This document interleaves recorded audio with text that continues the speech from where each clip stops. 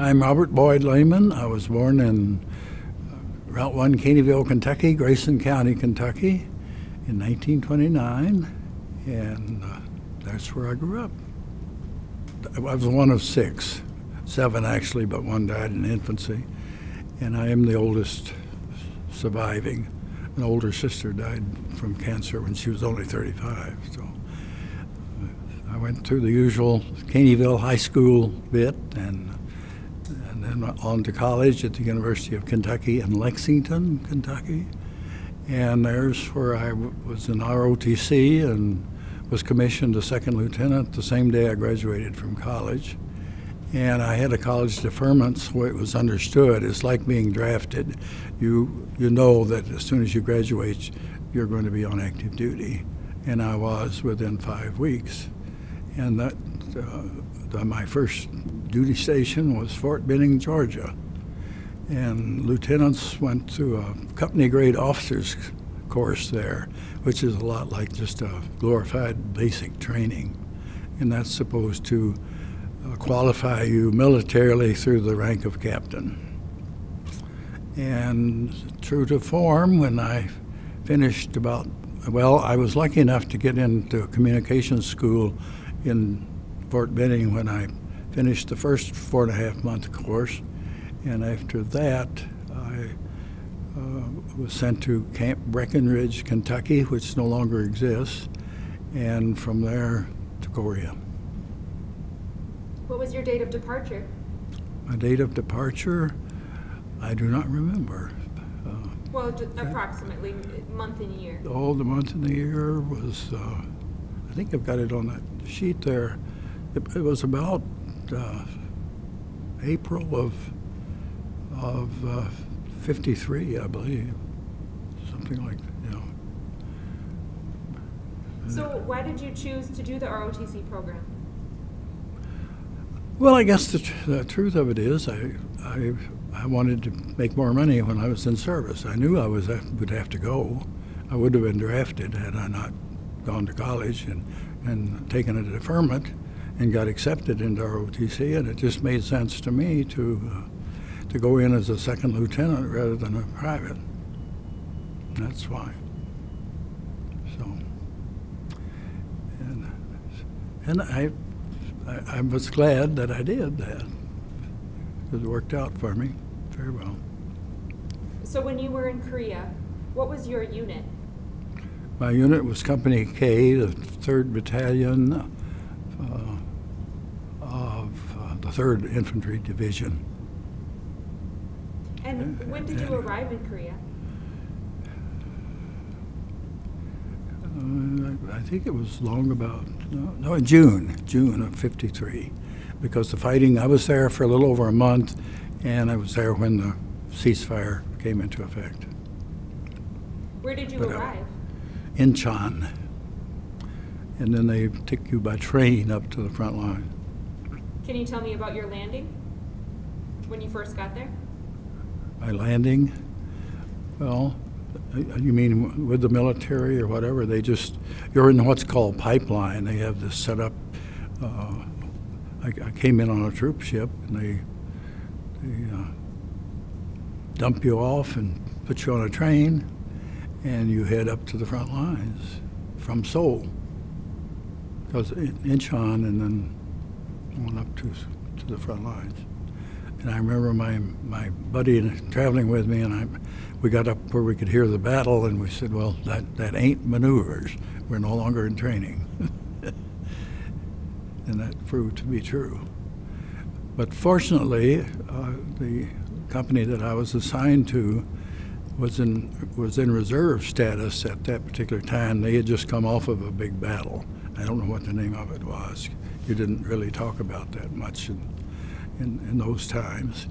And fortunately for us, our mission was to counterattack in the event the lines got broken through in front of us. And we were not in a very good position. So fortunately, the talks were progressing, and we never got, I did not have to go into an active battle situation. What was your impression when you first arrived? Well, the country was was really shot up badly. It was just a, and my first impression was, why are we here? You know, it looked like nothing land to me. I didn't really. I had a little trouble understanding why are we even over here. I mean, this is bad. But of course, you're reminded right away where you are, because there's stacked bodies. There's wounded coming back by train. There's wounded being taken by helicopter to the MASH hospital, and so right away you know where you are. So, what were your duties? my duties, my first assignment, I was a second lieutenant platoon leader of a weapons platoon in Company K. So what did that look like on a day-to-day basis? Well, when you just come from over from Japan on my way there, it's a bit of a shock. That's for sure. To think, here I am, you know. So, and from then on, you don't get a whole lot of sleep or whatever, you know. But as I said, I was fortunate, and worked out well for me. But at that time, when you came into the country or to be assigned to a unit, like a second lieutenant, you would first have to go to a line company, even though you had been specially trained to be a communications officer. And that's exactly what I did. They assigned me as just a platoon leader. And I guess what was shocking in a way was these soldiers, these GIs, had just come out of battle. And here I was, their new leader. And you really feel a little bit inadequate to say that, you know, and inexperienced. But I remember what the regimental commander said to me when I checked in. He said, "Have you ever led troops in combat?" And, "No, sir." Well, he said, "Learn fast." And I did. So. But I'm still impressed with the American GI. They're amazing people. Very amazing. Can you expound on that? What do you mean? Well, but the way they can adapt to their situation, but what they can accomplish. I mean, they're just truly amazing, right down to from drivers to weapons platoon leaders, all the weapons that they use, everything. They're a finely honed battle group, and they really are truly amazing. But after the fighting ceased, then we moved back to what's now the MLR and dug in, and it's still there today. But then they assigned me to a different battalion as a battalion communications officer. So then I did what I was trained to do for the rest of the time that I was there. What is the MLR? Main line of resistance, which is still as it is today when we left it. Yeah. So when you got to do what you were originally trained to do, what did that look like? What were those duties? Well, those duties, you're in charge of what it says, communications. All the radio operators in the radios, the telephones, the stringing of wire, to keep communication to all the units out in front of you. And there's where another impression of how terrific they trained these men were, the way they could lay wire. I had one radio operator who could just listen to Morse code and translate, and without writing it down, just by voice, he would tell you what was coming in over the radio. So that's part of what I say. Amazing men, very, very amazing. So. Are there any particular stories that you remember from that time? Well, I don't know, because then we went into more of a training phase when we moved back, and they're,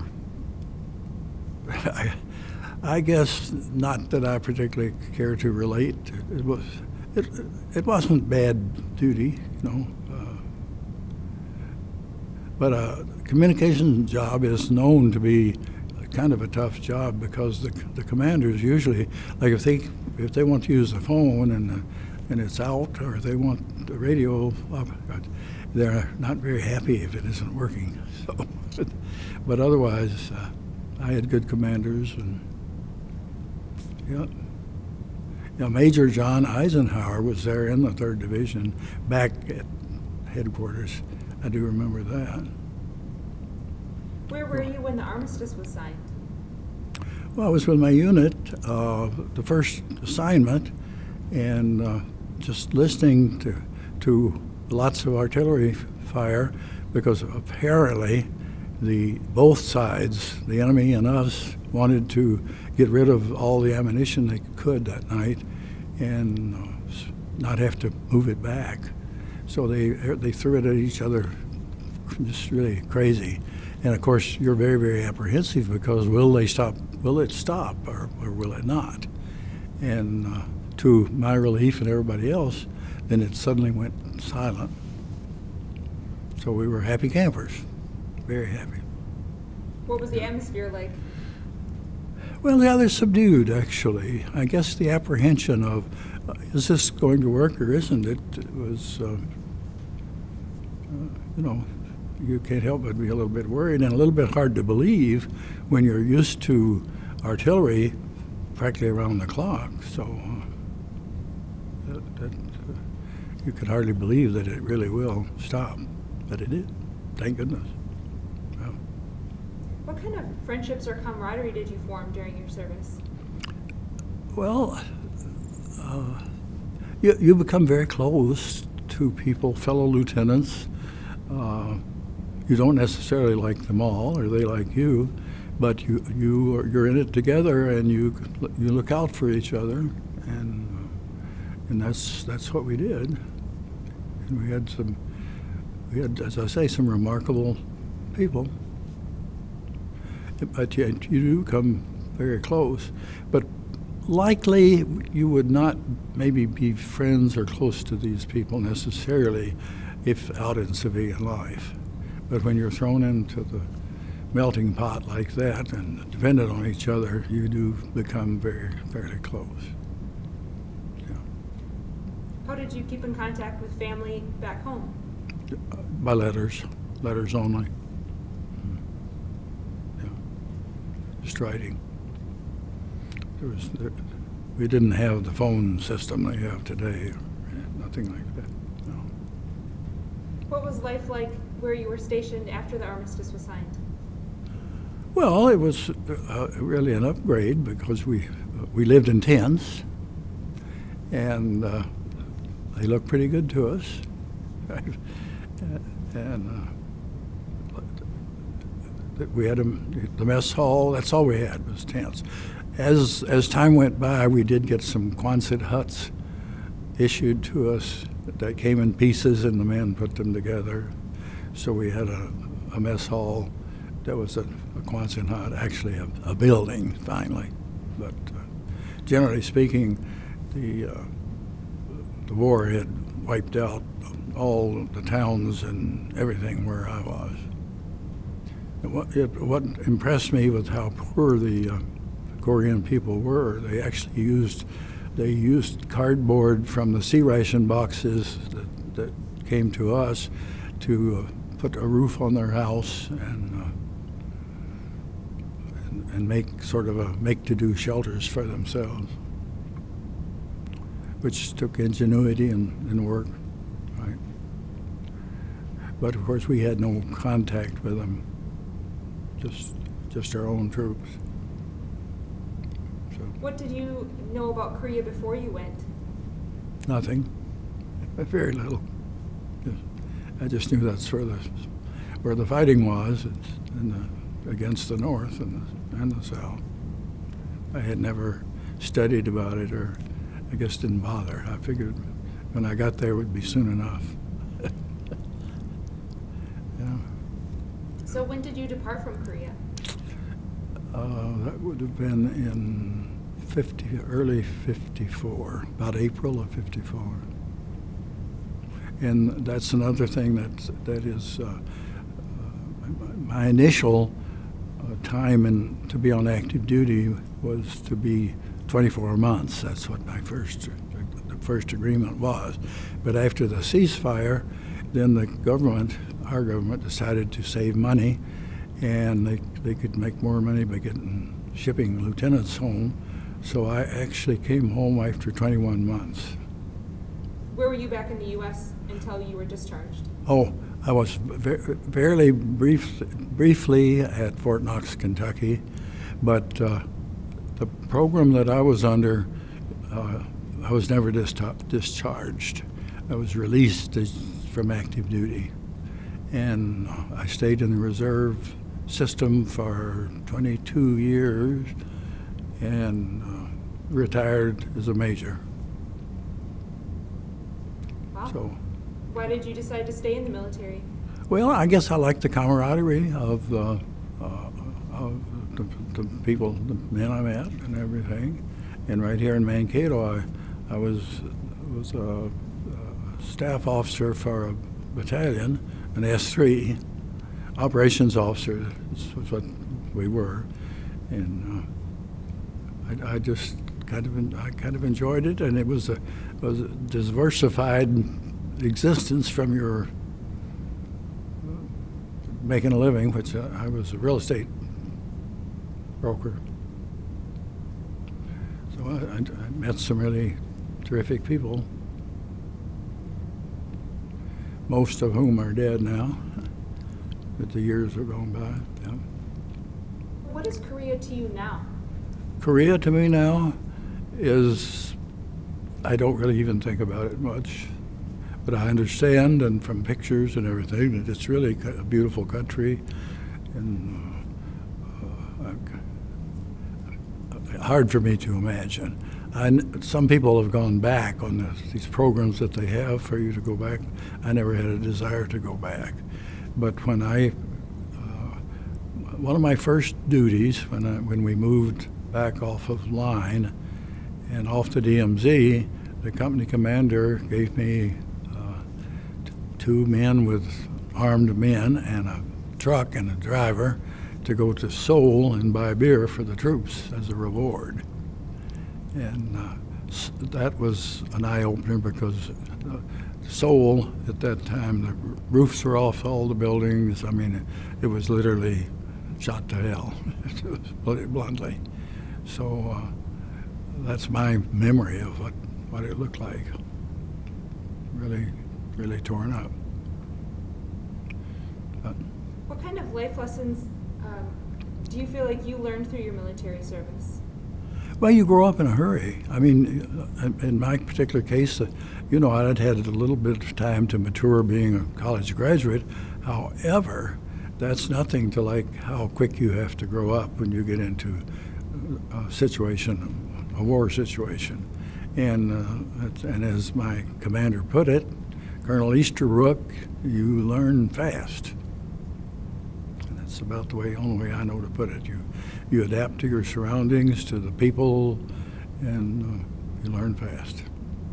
Is there like a message or a piece of wisdom that you could pass on to younger generations? Well, I don't know exactly what that would be. I would hope that they will be able, if necessary, to step up as we did and do whatever you have to do. That's do the best you can. Is there anything else that I haven't asked that you would like to share? Well, no, I did mention on that form you gave me to fill out that it said persons that you remember, so I might mention my platoon sergeant, Edward Benell, and because he was a unique individual. He was a war orphan from World War II. He never knew what happened to his family, but except for two brothers who were both pilots in the Polish army, and they were killed in the same plane crash. So he was an orphan, and as they overrun the country he was in, Poland and Germany and what have you, he became a driver for an American colonel, I believe it was, who sponsored him back to this country. And he was not even an American citizen, and found himself in the Army, drafted, and in Korea. But he was an excellent sergeant and quite a guy. And you realize how fortunate you are when you run into individuals like that and what they have experienced and have had to deal with. So he's one of the people that stood out in my mind, being quite a guy.